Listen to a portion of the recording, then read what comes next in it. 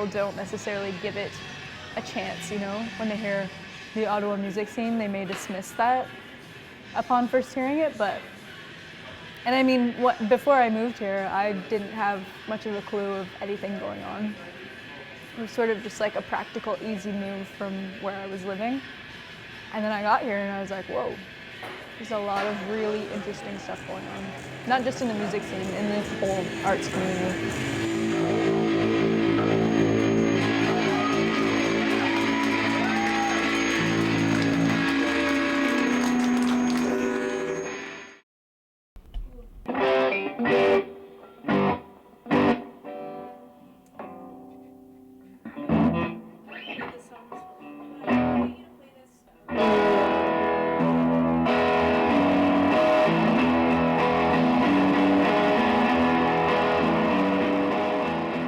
I'm Kaylee. I play under the name Boyhood in Ottawa. Started playing in Belleville, just by myself, recording in my bedroom. Moved to Ottawa about 4 years ago and started playing live shows here with a band, and have been doing that ever since. Still recording in my bedroom for the most part. When Boyhood jams, Luke is usually in this general vicinity playing. Although Kaylee says the Ottawa independent music scene is not very well recognized outside of the city, its friendly and welcoming environment is helping young artists thrive. People are extremely supportive. There's a really nice, small, sort of cozy community of people who will come out to a show and or maybe help you to get a show. There's definitely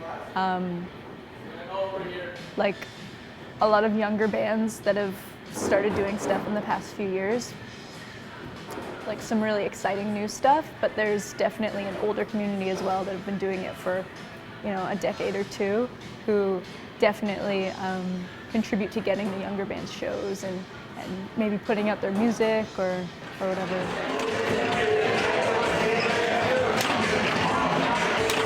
Paul Granger, also known as Yogi, is the co-owner of House of Tard, an old-school arcade live music venue and pierogi house. This is one of Ottawa's many locations allowing artists to showcase their music. We have a very tightly knit group of musicians and a very, very strong music community that way here in Ottawa, just because we're kind of a big city with a small town feel, I guess. I think Ottawa is probably one of the greatest places in Canada to actually start off a music career, maybe not to be highly successful. However, some people in Ottawa are working on the city's ability to provide wider spread recognition for its artists.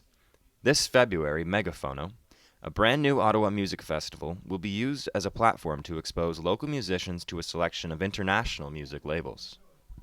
There's definitely room for improvement, and John Bartlett, who runs Kelp Records, is working on something that's going to help. They're doing like a big study on how Ottawa can support musicians in becoming bigger internationally through Megaphono.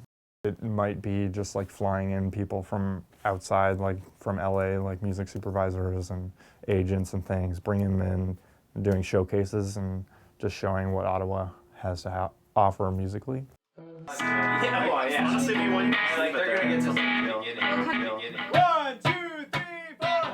Finding Chuck is a local band who, after playing together for several years, have started to take their first steps into moving outside of the Ottawa scene. It's not to say that it's not like totally non-existent, but there's definitely a lot more to kind of work at when you're kind of trying to start up indie music in Ottawa here.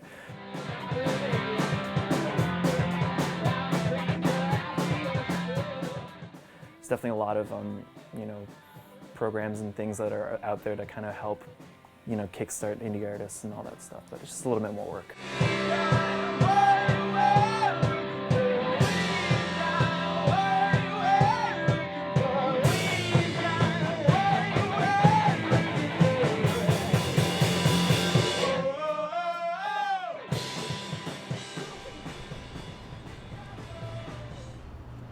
While expanding and playing shows outside the city limits is important to bands like Finding Chuck and Boyhood, the Ottawa scene will always hold a place near to their hearts.